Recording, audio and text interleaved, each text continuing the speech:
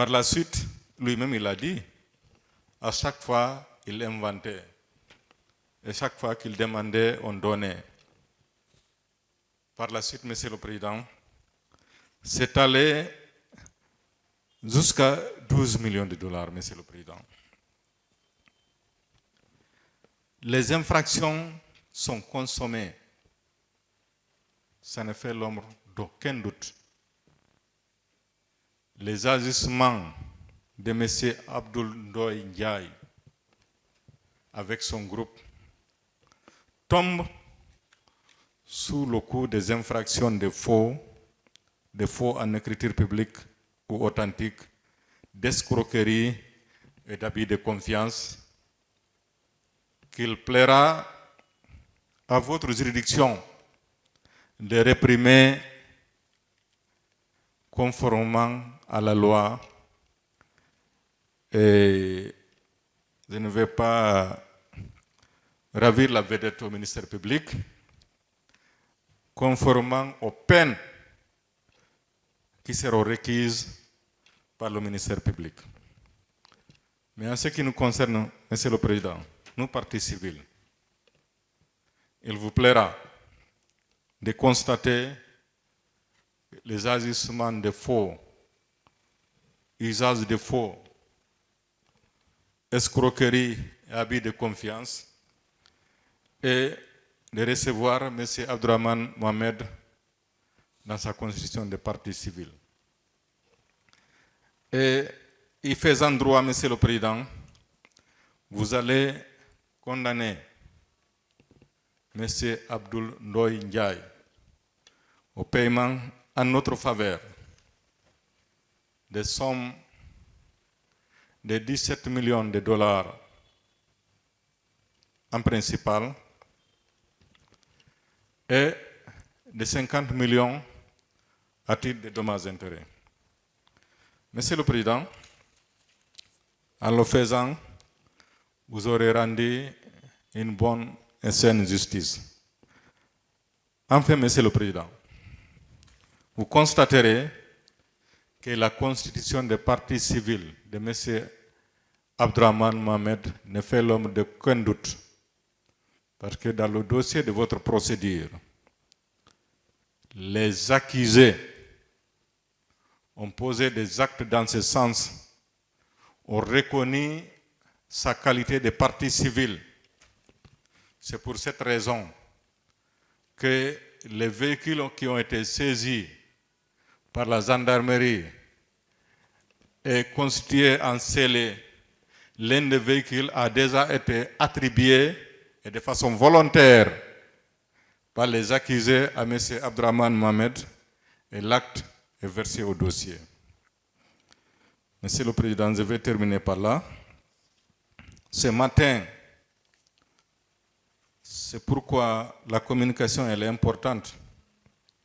Ce matin, nous avons eu à communiquer par rapport à l'existence d'une procédure à la Cour suprême et à l'initiative de M.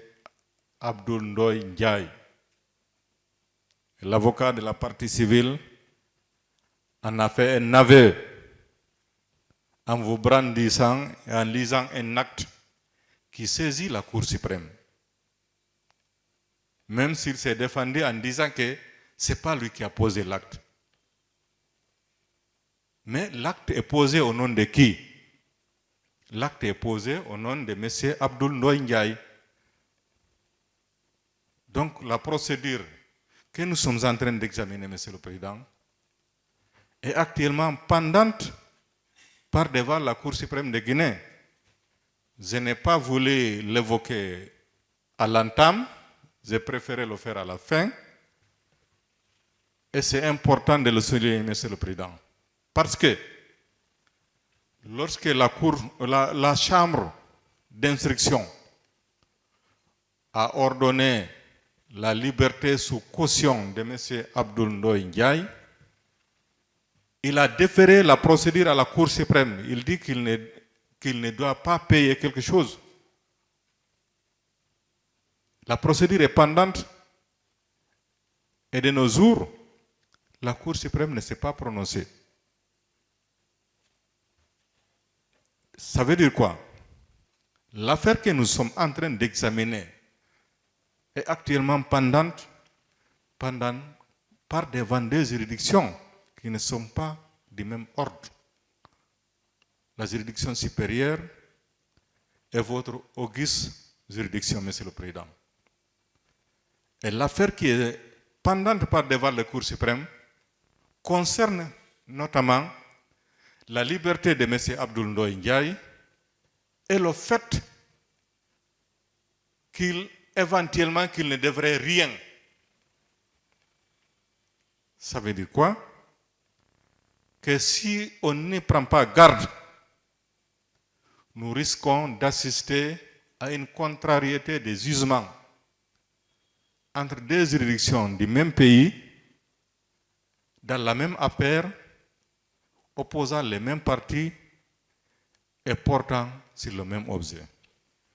Monsieur le Président, sous toute réserve, j'ai plaidé. Je vous remercie.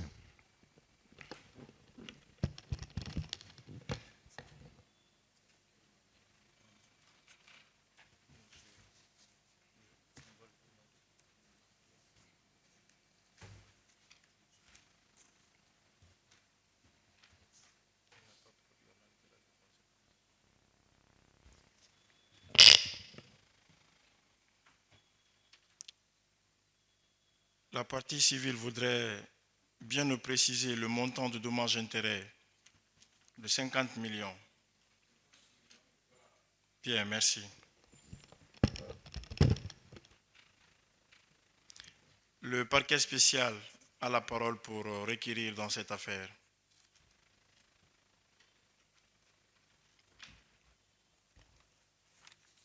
Merci, Monsieur le Président. Merci, Messieurs les honorables assesseurs, de m'avoir donné la parole en ma qualité de représentant du ministère public pour présenter mes réquisitions au fond dans cette affaire ministère public. Monsieur Abdraman Zaidan contre Abdoulaye Ndoye Ndiaye, placé sous mandat de dépôt en date du 27 octobre 2021. Prévenu des faits d'escroquerie, usurpation de fonctions et de titres, association de malfaiteurs, faux et usage de faux en écriture authentique. Faits prévus et punis par les dispositions des articles 403, 585, 586, 784, 785 et suivants du Code pénal.